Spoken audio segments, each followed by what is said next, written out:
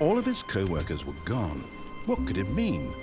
Stanley decided to go to the meeting room. Perhaps he had simply missed a memo.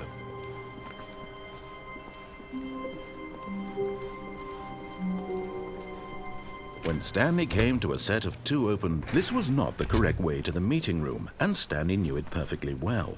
Perhaps he wanted to stop by the employee lounge first, just to admire it. Wow, yes, this room. But eager to get back to business, Stanley took the first open door on his left. Stanley was so bad at following directions, it's incredible he wasn't fired years ago. Look, Stanley, I think perhaps we've gotten off on the wrong foot here. I'm not your enemy, really, I'm not. I realize that investing your trust in someone else can be difficult, but the fact is that the story has been about nothing but you all this time. There's someone you've been neglecting, Stanley. Someone you've forgotten about. Please, stop trying to make every decision by yourself. Now, I'm not asking for me, I'm asking for her. This is it, Stanley. Your chance to redeem yourself, to put your work aside, to let her back into your life. She's been waiting. That's her, Stanley.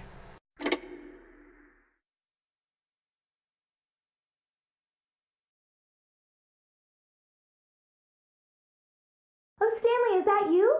Hold on, sweetie. Sorry to keep you waiting. I'm just pulling the bread out of the oven. All right. Okay, there we go. All right, now, I want you to come in and tell me all about your day.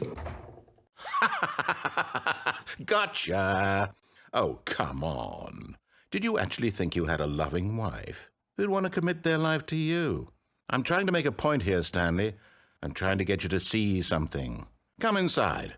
Let me show you what's really going on here. This is a very sad story about the death of a man named Stanley. Stanley is quite a boring fellow.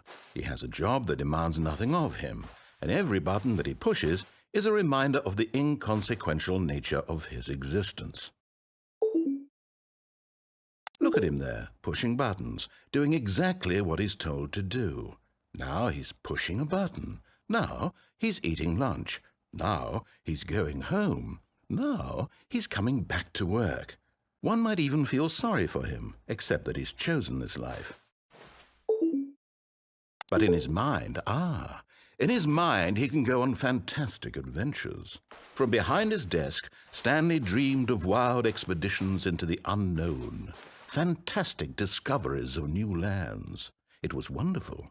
And each day that he returned to work was a reminder that none of it would ever happen to him. And so he began to fantasize about his own job. First, he imagined that one day while at work, he stepped up from his desk to realize that all of his co-workers, his boss, everyone in the building had suddenly vanished off the face of the earth. The thought excited him terribly. So he went further. He imagined that he came to 2 open doors and that he could go through either. At last, choice. It barely even mattered what lay behind each door. The mere thought that his decisions would mean something was almost too wonderful to behold. As he wandered through this fantasy world, he began to fill it with many possible paths and destinations. Down one path lay an enormous round room with monitors and mind controls. And down another was a yellow line that weaved in many directions. And down another was a game with a baby. And he called it the Stanley Parable. It was such a wonderful fantasy, and so in his head he relived it again, and then again, and again, over and over, wishing beyond hope that it would never end, that he might always feel this free. Surely there's an answer down some new path, mustn't there be? Perhaps if he played just one more time. But there is no answer. How could there possibly be? In reality, all he's doing is pushing the same buttons he always has. Nothing has changed. The longer he spends here, the more invested he gets, the more he forgets which life is the real one. And I'm trying to tell him this, that in this world he can never be anything but an observer, that as long as he remains here, he's slowly killing himself.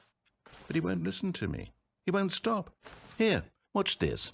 Stanley, the next time the screen asks you to push a button, do not do it.